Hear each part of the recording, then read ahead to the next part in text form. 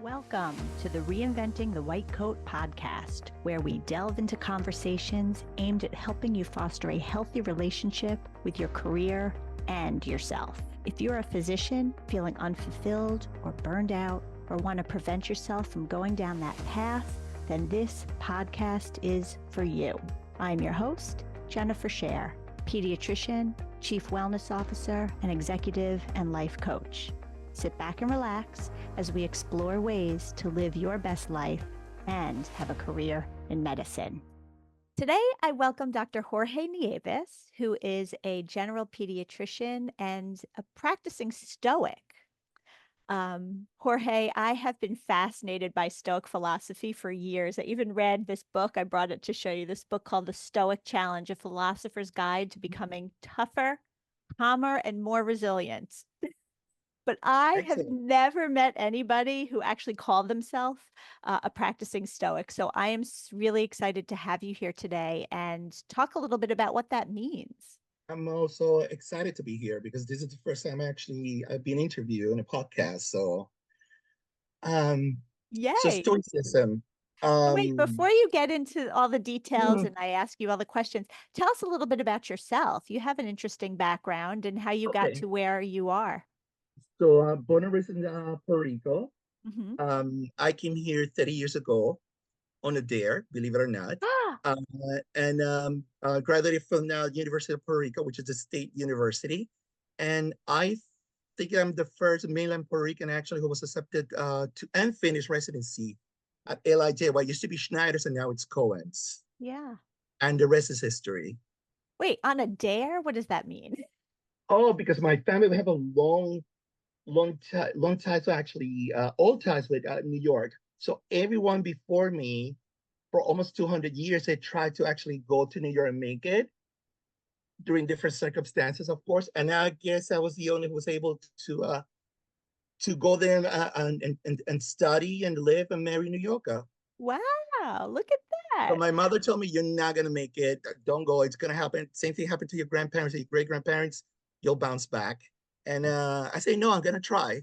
I'm stubborn, and here I am. Here you are. The rest is history. All right. The rest is history." So tell me how you found, it was funny, right before I actually got on this call with you, Mhm. I was telling a colleague, I was in a meeting and I was telling them that we were having this conversation. And when I said we were talking about, they were like, what does that even mean? Right. So how do you explain to somebody who has no idea what this is? Excellent. Stoicism is actually it's I would like to say it's actually a branch of philosophy. Philosophy is it's a big, humongous tree with many branches. I feel that actually Stoicism was forgotten in the last 100 years, and I feel that after the pandemic, there was a little resurgence of Stoicism for many reasons that we're gonna get there. I was introduced to Stoicism on my AP class in humanities. That was 1980. And it's funny because it only gave me one sentence. It's that Marcus Aurelius wrote Meditations, and he was an avid practicing Stoic. And that's the only thing I got in 1981, 1980 maybe. Huh. Went to college, and it was a very challenging year, my first year. And I remember I was taking organic chemistry, and I was down and out, and I just went to the library just to buy a science fiction book. And then out of the blue, I saw the copy of Meditations for $1.99, and you can't go wrong. And then I recall, oh my God, why not? And it's a very, very small book. And I passed the organic chemistry, but I remember that weekend, I read the whole thing cover to cover. And ever since I said, oh, I like this. It makes sense. And slowly but surely, I've been studying Stoicism and practicing as well. So a random pull off of the shelf, Just becomes like a that, memory. which is funny because that's the way Stoicism actually came to be.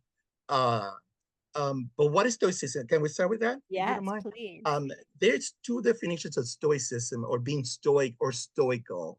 Hmm. Um, we have what I call the common definition. There's the one actually, you go to Webster dictionary, the Oxford dictionary, they will give you two very different definitions of being Stoic. And that's actually the famous Stoic with a small s. And then Yes. you get being Stoic with a capital S, and that's more like they call that like the hard science fiction. Being Stoic means actually you're not affected by anything. You show no passion and no feeling. That's actually the American version, the New World. If you go to Oxford Dictionary, it's a person actually will practice repression of feelings, and you're indifferent to any type of pleasure or pain that surrounds you, but you practice this patient endurance. And I feel actually is that last phrase is patient endurance what makes a stoic a stoic. um I feel actually it became actually more relevant with the pandemic, because people are going online and basically doing nothing, and you're in actually in an 8 by 8 room, and you start clicking YouTube, and you have a couple of gentlemen actually they start talking about it. Actually, one of them is actually a well-published author, very successful, and the other one is a professor, I think, in New York, who is a philosopher. The other one is not a philosopher, and that actually that it came to be, and basically by word of mouth. Um, it's something that actually is not that taught in universities that much. People stay with the old-fashioned philosophy that only a sage will be able to reach and get the book and you spread your knowledge. Yeah. Uh, Stoic is more like a blue-collar philosophy. Mm-hmm. Yeah, to me, it seems like there are practical things that you can do to reach the same, everybody talks about mindfulness and Mhm. meditation and all sorts of cognitive reframing and things like this is just sort of like there are specific practices and specific recommended things that all the way back, I think, isn't like Socrates like the godfather they call like that. Well, actually, the way it came to be, there is this merchant. His name is Zeno, Zeno, Yeah. of Scythium, Hmm. but actually, which is Cyprus. And he was a merchant, was very wealthy, extremely wealthy. He was the only person who actually manufactured what they call royal purple, Hmm. and that was the dye that actually royalty of the very wealthy Romans used to dye their togas with. So he embarks on this voyage from Cyprus to Athens, and out of the blue, a big storm comes by, and he gets completely destroyed. Only what he was wearing, made it all the way to Athens, and he actually had no north at that particular time. What do you do when you're wandering? He goes to a library, to bookstore, and he comes to find this old book by Xenophon. It's called Memorabilia, I think. And it's like a biography of all philosophers. And he started reading about it, and he was so curious. And he asked the gentleman who owns the library, the bookstore, where can I find one of these guys? And it happens to be actually one of the old philosophers, Cleanthes, who actually was walking by. He said, just follow that gentleman. Goes there, starts studying, and then he decided to make his own Right. philosophy. Hmm. And that's how it came out to be. And actually, he says that from misery, from adversity, I came to be. Other person will say, "Oh, I lost everything. It's the end of the world." But what a great opportunity that something that other people will consider bad, maybe become a better person. Right. So from misery came opportunity. Yep. Yeah. Right. So then it came to move to Rome and Marcus Aurelius, like you said, he managed to be Marcus Aurelius, both an emperor and a philosopher, right? Like, No. He was actually number 16. He never wanted to be emperor of Rome. His father died when he was 3 years old. So Hadrian, which was emperor number 14th, had no heir. He appoints actually one of his friends to be his successor, but this gentleman had no children as well. So he told about, but in order for this to come to be, why don't you adopt these two kids? I've been following them since they were little kids because their father passed on, and they've been under my wing. Successor dies, and then Marcus Aurelius actually gets appointed Kaiser, Caesar, and actually he cried the way he was appointed. He never wanted because Never, he thought he was not capable. And first thing he does is actually he asks his adopted brother to become a co-emperor, which is Mm. something very unusual at that particular time. Yeah. So interesting. So it's not a religion, it's a philosophy. It is a philosophy, Yeah. which is actually it's called a philosophy, but it's not a philosophy per se. Mhm. It's taught not that much, but again, thanks to the pandemic, has become very, Yeah. I don't know, relevant, I guess, compared to other branches like cynicism, Epicureanism. Everybody talks about Socrates and Aristotle, but that's it came to be. Yeah. So how are some of the ways that you, I guess, if you want to speak to the benefits that it brings you, and Mhm. then some of the ways that you actually practice it? Okay, I think that, compared to other branches, it's actually basically more. It's more organic. Uh, I call it the three A's. It's actually first you accept the universe for what it is. The universe will never stop for anything or anyone. Mm. Number two, you become adaptable. You have to adapt to the universe. And the third one is actually you have to be aware of what the universe is. Um, we don't believe in good or bad. Mm. It's like it is what it is. And it's funny because actually Shakespeare has a line, and I forgot the play, that says there's nothing good nor bad, but thinking make it Makes it so. so, yes. Um, and I don't recall which one it is. And it's basically based in four virtues. Um, our common ground is actually we want to become a better person every single day. And number two, the reason why we're here is actually is to help other people. You are like an instrument, like a vessel to help other people. You can attain that with actually four what we call four virtues. Hmm. It's actually knowledge. You have Okay. to be aware, read a lot, accept everything not face value. Think about it. Second one will be courage. Never be afraid. Whatever's going to happen is going to happen. It has happened before. You're not exclusive. Hmm. Third one is temperance. Is that don't take too much. One of the stories actually uh, explains that actually life is like a buffet. Do not anticipate what is actually be brought to you. Whatever is in front of you, take it, but in moderation. And the last one is actually justice. We strive for justice anywhere from social, political, be present. Because what Cicero wrote, which is actually not in Stoic, is a summum bonum, be, be good to the universe, be good to everyone else, whatever that means. Be a Yeah. mensch, Yeah. Be a veg. So be a wait, mensch. let me just take those three A's again because they're so relevant. It was, you said, um, Accept the universe for what it is. acceptance, Okay? Accept that adaptable, you be adaptable. Like and Bruce Lee said, awareness. yeah, be like water. You Hmm. adopt the vessel. Sometimes you're vapor, sometimes you're liquid, sometimes you're solid, but you're still water. Yes. Yes. And So, yeah, those are all very well and good, like talking about that, but how do you practically, um, you know, practice these things? practice it. Basically, and that's a beauty of stoicism. Is actually it, anyone can practice it or study it. We don't like to use practice. We study stoicism every Okay. single day. I've been reading about it for 40 years. There's always a different point of view. It's basically once you get acquainted with those four virtues, depending on what stage of life you are, you practice them. As simple as that, and bringing have many challenges. Um, and it's funny because actually, just because actually comes by word of mouth, many of the most common popular phrases actually are based on stoicism. Mm. You have to endure. My grandma used to say, sometimes chicken, sometimes feathers. So when you eat feathers, eat feathers.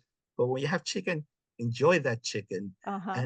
And obviously, in different stages and different challenges, you adapt just four virtues to whatever actually is best for that particular time. So, Hmm. obviously, college, you don't have that much money, you're basically broke, you do your best. Uh, then medical school, and then residency. Basically, you become very altruistic. We have limited sources. We learn to live with so few resources, and once actually we finish our career, we have more than what we had before. And that's a bit of stoicism. It's adaptable, it's not rigid, and you can pass it on. Yeah. So they talked about, like, when I went through this challenge book, Mhm. um, they talked about some specific things. I remember one in particular. Um, what do they call it? The mort or the death meditation. Ah, it's called premeditatio mori. It's actually you think in order to let me see how I can explain this. We don't worship death, but we know that our finality is death. Is the most famous quote comes from Marcus Aurelius, and he said, "You could live life right now. Let that determine what you think, say, and do. Mm-hmm. I don't know when I'm going to pass on. Yeah. Nobody knows. So right now, I'm giving you the best version of Jorge Nieves right now. We we think, even though we don't believe in being in the future or the past, because you only have today, the here and now. Um, we use what we call bird's eye view. We have a situation, and we try to see it in a different perspective from the top. And premeditatio malorum is actually you think about the possible outcomes of a certain situation, so you're prepared. It's like the best boxer, the best fighter cannot anticipate the opponent, but in his thoughts, in his mind, he has practiced so much. He basically becomes organic with all the movement and with boxing or wrestling. And that's actually what it means. We know it's going to happen. Um, we're aware that it's there. It's actually coming right now, 20 minutes, 1 hour, 2 hours. So we think about it and then we'll let it be. Do So you when it use that happens, bird's eye? Do you use that bird's eye or any of yeah, these bird's things eye like view. when you're in, like, tell some of your, like, in the office, you're seeing a million patients, it's madness, Mhm. it's crazy in the office. Any of these strategies, or I don't want to call them strategies, I want to call them whatever you called them, but Yeah, yeah. So what happens actually, one of the other tenets is actually we are here, we're like actors in the play. We all actually have different roles. So when you encounter these people that I don't want, they're not agreeable, I should say. You you don't suppress yourself because you know the world one might not be our world in the absence of those people. So they're everything. It's a cornucopia of uh of identities and behaviors. So Mhm. because we know we're aware, we say be strict with yourself and be tolerant with others. We know, okay, you're an actor in a play, and you do what you have to do. I'm nothing to do with that, but I'm gonna give you my best. And you know, it has been challenging the last few years. Mhm. Uh, so you open your arms, open your heart, and open your mind, allow them to express themselves, and you don't take it. You react to what they give you. The famous action people drive in a dumpster truck, and whoever actually gives you a fender bend, they dump everything on you. They dump it on you. So I'm aware of the universe. Let it be. It's okay. Hmm. Yeah. So you become more patient because you have to be tolerant with yourself and strict with yourself and tolerant with others. You don't know why that person is yelling at you. Right. Yeah. I will say after I started, um, I haven't been doing it consistently, but a few years Mhm, ago when I read this book and I started, like, every morning I would wake up and think to mhm. myself that this could, that you said they don't honor death, but they also don't fear it, right? It's more, Oh, it's just a fact of life. At some point, death is coming, at right? some So it point. was Yep. like, okay, this could be my last day. It's like you think it's going to be a morbid thought, but it's not a morbid thought. It's more of a, like, I'm so grateful for today, Yep. And right? I remember when I started working in the office I used to work in Queens, people will come to me with these big problems. Oh my God, Dr. Nieves, oh, you're gonna die. Take a step back. You say, oh my God, you're so morbid. It's that just, you know, let's do one hit at a time, one step at a time. And you see how it will solve and it doesn't solve it. We've done this before and learn from it and let's move on. Yeah. So who do you think this would be useful for? Everyone, the way you raise your child, if you think about actually being a doctor again, I feel that we're very altruistic. Um, it's being a doctor is actually sometimes leaving your family to take care of other people, and and and and you always think about the other person before about yourself. Um, we run towards the fire. We never run away from the fire. If you know what I mean. That's the Um, courage. That's where the courage comes. yeah, it's courage. Somebody said, and you. And if something happens that you passed on, you did your best. Uh, I, I remember when I used to round in Schneider's, I will actually ask my residents, we have a pandemic right now, and this is funny. It's actually the 90s, and you're there in the emergency department treating the patient, and your child comes over sick with the same symptoms. Who will you save, your patient or your child? And I will leave it there. I will tell, don't answer. I feel that's what a doctor is. We have to make those quick decisions right Mm, there. yeah. Am I, do I have to save my patient or my child? And it, it's very organic, it's very fluid, and it changes. And sometimes you change your mind. You know, as we grow older, become more mature, um, and you don't be cold-hearted like I was told once. It's actually you have to make the right decision at the right time. We have to be quick thinkers, Mm-hmm. um, and it also makes you a better colleague because we all carry the same burden differently. You know what I mean? And the Yeah. beauty of it is actually you pass it on to your children as well. The way you raise your children, you have to be tolerant, um, be very patient, give them love, and hopefully they become better citizens and better kids. Yeah.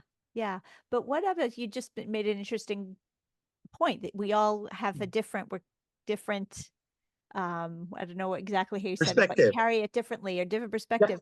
You know, I would love to have courage, but sometimes my fear stops me, Because you right? don't know, but that beautiful thing about college is actually you have it, but you don't know that you have it.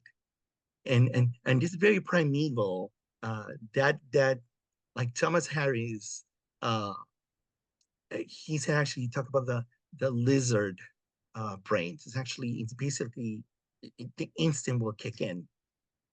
Hmm. It's that person actually would chop up the arm to save everything else, Right. and you're stuck in there, but you have to get there to save your child. You know something? You don't think it twice. So we do have it. We all have that Right. capacity of being faster and stronger. You know, the famous one that he lifted that Volkswagen to Right. bring the child down, and it's there. Yeah. Uh, but it So takes practice. it But you don't does. know unless you're challenged. See, once you face situation, you don't know, and then you go back and say, "Oh my God!" But it's there. Yeah. Yeah. So do you have any specific practices that you would recommend people that they could actually do on a daily basis? Um, First and foremost, if you can actually get a hold of any of the books, and there's so many up there. The, the most famous one is actually called Meditations, which is actually not the real title. When Marcus Aurelius wrote the book, um, he he actually named it To Myself, and he will sit down. It was actually his journal and write jot things down, and he put it aside. And for any reason, which I don't know, actually somebody found it. It got published. I think actually that will be your first step, or talk to a person. But the problem is actually we don't tell people. You know, we don't Yeah. care. It's not preachable. We don't preach about it. Only if you're in a situation, we do what we have to do, and we don't say anything about it. Once you read Meditations, it's a very small book. It's Mm-hmm. not longer than 200 pages. Read more. On the internet has many resources. Even um, streaming services actually have programs. The famous Tech Talk. Um, if you go there, just click type of Stoicism Stoic, and there's a plethora of actually knowledge. And again, just because it's very personal, uh, some people find it a little bit difficult because even though it's organic, most of us are not taught that way. They have to think about somebody else before you think about yourself, and keep reading. There's a lot of podcasts, Yeah. and none are better than the other. The point of views and the perspectives are different. Some are more commercial than others, Mm-hmm. but I think actually that's an excellent Yeah. And first step. why And should we? Like, what do you think? I don't know if you really answered the question of what it mm, brings you by sort of living these Stoic philosophy. What does it bring you in terms of how you feel and how you go through your life if you didn't? well, you want to become a better person. Why not? You want to be the same person over and over again. Remember, we never step on the same river twice. Every single day Or like Alice in Wonderland, like who am I? I know I'm not the same girl that I was in the morning. Mm-hmm. Uh, it's a way to better yourself. Yeah. You challenge yourself. Yeah. And I think also to um, feel good. Like Mhm. like it gets rid of all of the baggage that we have, all the layers of anxieties and worries, and they're just sort of cut through the noise that we're all carrying into sort of the core of who you are. That is true, and it basically more like ego driven, and we always set it aside, which is so hard. Again, you cannot think about yourself first. I think one of the tenets again is it's summum bonum. It's actually what is good for the beehive, it's good for the bee. Oh, I like that. I I I don't recall who said that, but actually it's actually a meditation. What is good for the beehive, it's good for the bee. Yeah. And we're in I think the stage of the world we live in, everybody's really out for number one. So it's kind of nice to have that reminder. It's these are troubled times in the kingdom, but there's Yes. always a real hope. I'm always being a pessimistic optimist. The glass is always full of either air or water, but at Mhm. least you have a glass. That's great. It's full of either air or water. Is that yours? Actually, a good friend of mine, someone very close to my heart, she used to tell me that the glass is never empty. How come? But it's either have water, have air. Don't concentrate in the water. It's always full. But Oh, sometimes you have a glass full of air, sometimes you have a glass full of water. So it's yeah. never empty. All right, Jorge. So tell me before we end this, do you have any um parting words of wisdom for those doctors out there or people who um might benefit from your words? Never quit, never surrender. Just quoting a movie. Um, uh, there's a reason why we chose to become physicians. And there's so many challenges, but we not only we're physicians, we are members of a big family. We're members of the universe. Um, it's also driven by logos, and logos is this where actually logotherapy came from. Viktor Frankl's logotherapy is actually there's this big energy or force that we don't know what it is that keep us all united on this, let's call it universal web. Just Mhm. because we're there, we decided to become physicians. What is it that we can do beyond the science?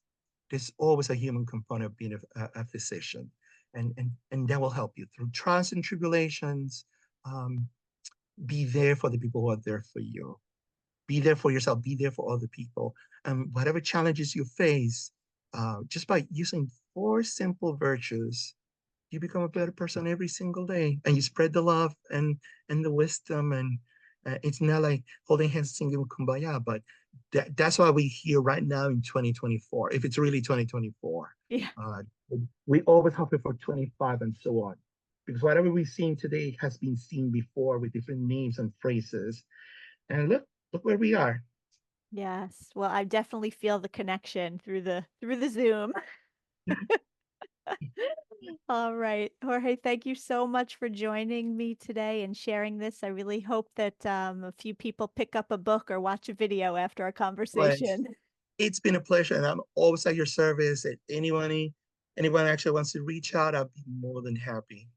Great. How would they reach you? Ah, cell phone. Oh, not cell phone. Email jnieves at alliedphysiciansgroup.com. Yes, we are in the same group. I forgot to mention that at the beginning. So that's how we met. So that's wonderful. All right. And again, in Belmont Pediatrics and Family Medicine. Yeah. Um, uh, I guess I'm the only male in Puerto Rican in the in Allied physicians, so I guess I'm not hard to miss. Yes, it's amazing having you. All right. In here. Thanks Thank again. you. And again, great big thank you to all of our listeners as well for choosing to spend your precious time with us. And I hope to see you again on our next episode of Reinventing the White Coat. For this episode of Reinventing the White Coat. If you enjoyed this conversation, subscribe now so you don't miss an episode. If you're interested in coaching or in being a guest on the podcast, you can reach out to me online at sharecoaching.com. Thanks for listening, and don't be afraid to live your best life.